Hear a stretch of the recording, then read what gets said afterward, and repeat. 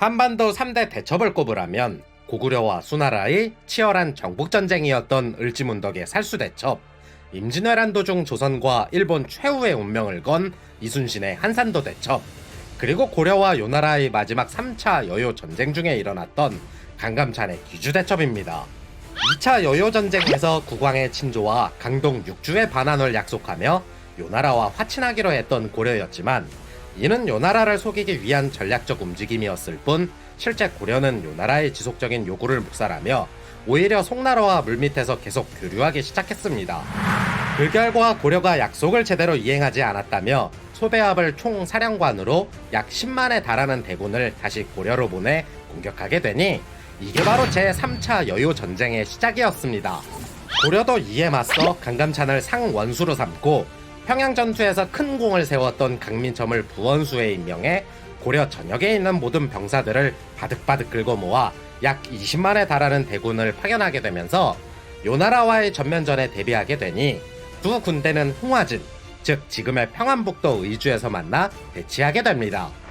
흥화진에 먼저 도착한 강감찬은 기병 1만을 산등성이에 매복시켜 흥화진 동쪽의 강로를 막아 요나라 군대가 지나가길 기다리게 되는데, 이때 마음 편하게 행군하고 있던 요나라 군대는 고려군이 준비한 수공과 매복 공격에 당하며 기가 한풀 꺾이게 됩니다.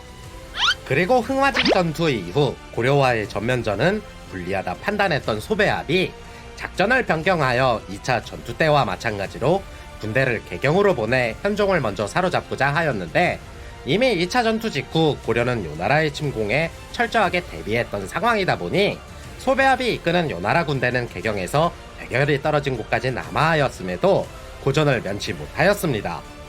가는 길목마다 고려군은 청야전술, 즉 현지에서 적군이 군수물자와 식량을 조달하지 못하게 모든 것을 불태우는 전술을 택함으로써 요나라는 현지에서 물자 공급에 큰 애를 먹게 되었고, 부원수 강민첨과 치룬 자주전투에서도 크게 타격을 받아 그곳에서 발이 묶이게 됩니다. 결국 소배합의 군대가 고려군의 모든 방어를 뚫고 개경 대결이 바뀐 신은현, 즉 지금의 황해북도 신계군까지 도착하였음에도 개경을 둘러싼 엄청난 규모의 방어력을 직접 겪으면서 빠른 시일 안에 함락할 수 없음을 깨닫게 됩니다. 그리하여 소배합은 이곳에서 계속되는 소규모 전투에서조차 고려군에게 계속 패하며 사기가 바닥으로 떨어져 있던 찰나, 개경 주변의 금교역을 순찰하기 위해 파견한 기병부대가 현종이 직접 내보낸 기병부대에게 털리며 완전히 괴멸되기에 이르렀습니다.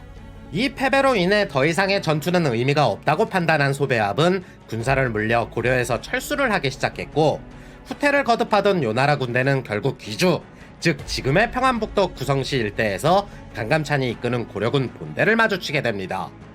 다시 돌아가기 위해 그곳을 꼭 지나야 했던 요나라 군대는 고려군 본대와 전투를 벌일 수밖에 없었는데, 귀주성 앞으로 흐르는 하천을 등에 진 채 배수의 진을 치고 결사항전을 내비치니 고려군 20만과 요나라군 10만이 맞짱뜨던 전투가 바로 우리가 익히 들어서 알고 있던 그 귀주대첩인 것입니다.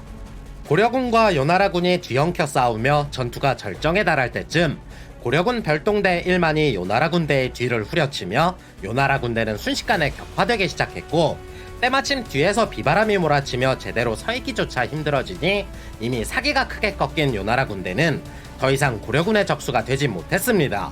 결국 고려군 21만에게 포위된 요나라 군대 10만 명이 철저하게 깨지면서 시체가 들판을 뒤엎고 강물은 요나라 군대의 피가 흥건하게 젖을 정도였는데, 이 전투에서 살아 돌아간 사람은 수천 명 남짓으로 고려군은 엄청난 대승을 거두게 됩니다.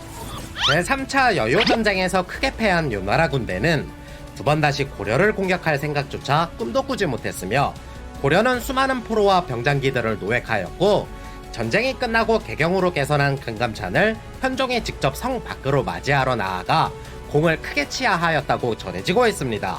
이윽고 현종은 국경지역에는 천리장성을 구축해 외세의 침입을 대비하게 되면서 귀주대첩의 결과는 동북아시아 여러 나라로 알려지며 고려의 위상이 드높아지게 됩니다. 그리고 현종은 전쟁 중에도 내정에 힘을 쏟으며 특히나 행정구역을 정비, 모두 양계체제라 하여 9년제의 체계를 잡아나갔으며 향리의 공복을 제정, 중앙집권체제의 기틀을 완성하게 됩니다. 그리고 각 주마다 창고를 설치해 전쟁에 대비하고자 하였으며 70세 이상의 부모가 있으면 군역을 면제해주고 전장에 나가 싸우다 사망한 가족이 있으면 국가 유공자로 분류해 유가족들을 지원해주게 됩니다. 뿐만 아니라 외세의 침입을 부처의 힘으로 이겨내기 위해 초조 대장경을 만들어 국난을 극복하고자 했고 나성을 쌓음으로써 도성의 방비를 더욱 굳건히 하며 개경은 더욱 완벽한 도성으로서의 모습을 갖출 수 있게 되었습니다.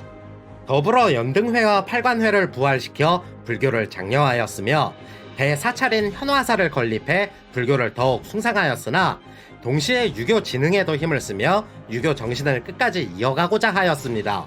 여담으로 이 시기에 고려를 구한 강감찬은 70대 중반에 전장터에 나가 귀주대첩을 치르며 몸이 많이 쇠약해지자 이후 현종을 찾아가 은퇴의 뜻을 내비추게 됩니다. 하지만 현종은 강감찬에게 지팡이와 의자를 선물해주며 사흘에 한 번씩 출근하라고 하였으나 결국 강감찬보다 먼저 하늘나라로 간 사람은 현종이었습니다. 그리고 강감찬이 태어난 지금의 서울시 관악구 낙성대 일대는 강감찬의 시호를 따서 학교 이름을 지었으며 당시 강감찬이 개경에 살던 집을 가리켜 낙성대라 불렀기 때문에 현재 이곳은 태어난 곳이라 똑같이 낙성대로 지었다는 일화도 전해지고 있습니다.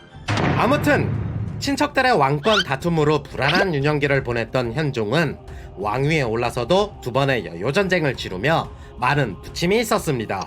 하지만 사후 100년간 이어진 고려의 전성기를 생각해볼 때 국가의 기틀을 닦으며 눈부신 업적들을 쌓아 올렸던 현종도 결국 40세에 사망하면서 1031년 현종의 장남이었던 왕흠이 왕위에 오르게 되니 이가 바로 고려의 9번째 국왕 덕종이 됩니다.